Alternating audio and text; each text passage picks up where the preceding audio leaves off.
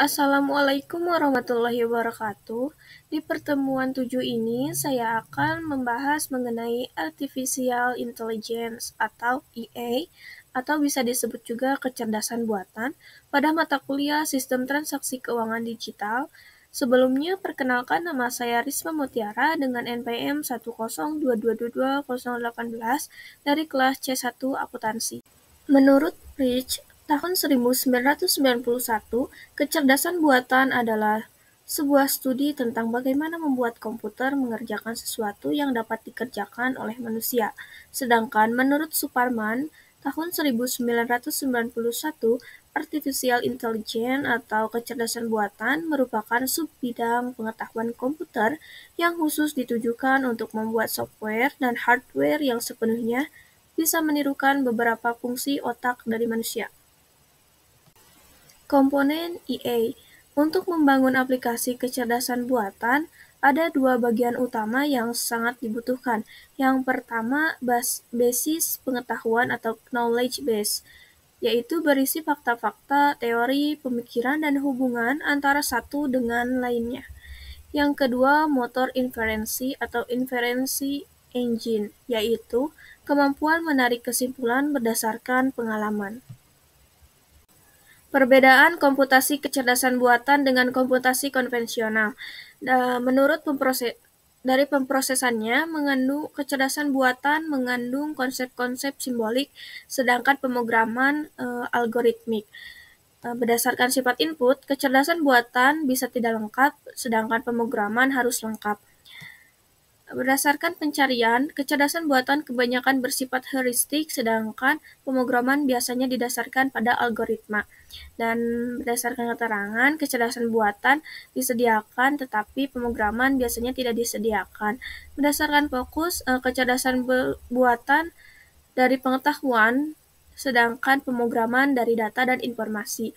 Berdasarkan struktur, kecerdasan buatan kontrol dipisahkan dari pengetahuan, sedangkan pemrograman kontrol terintegrasi dengan informasi atau data.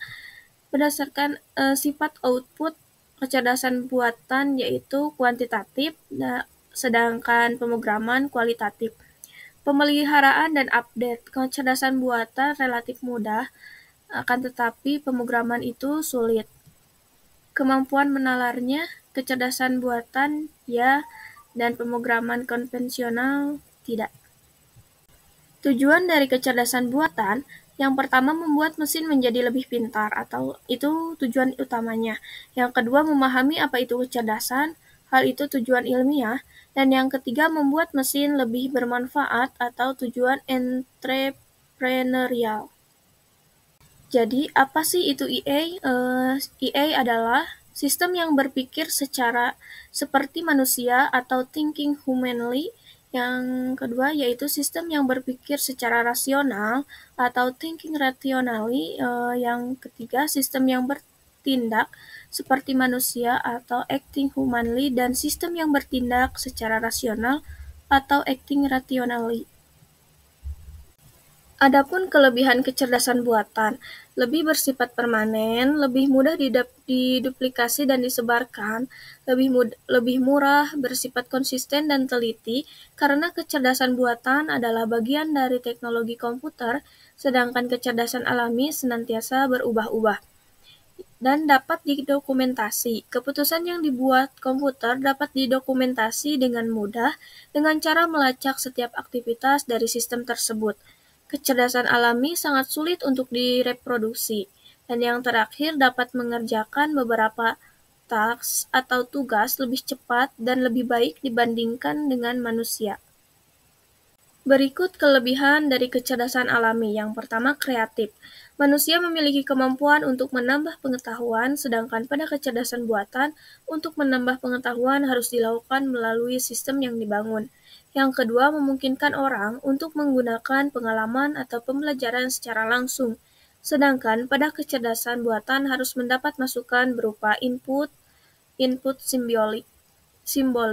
Yang terakhir, pemikiran manusia dapat digunakan secara luas, sedangkan kecerdasan buatan sangat terbatas. Berikut wilayah EA. EA diterapkan di dunia bisnis dalam bentuk sistem pakar. Jaringan saraf tiruan, algoritma genetik, dan agen cerdas.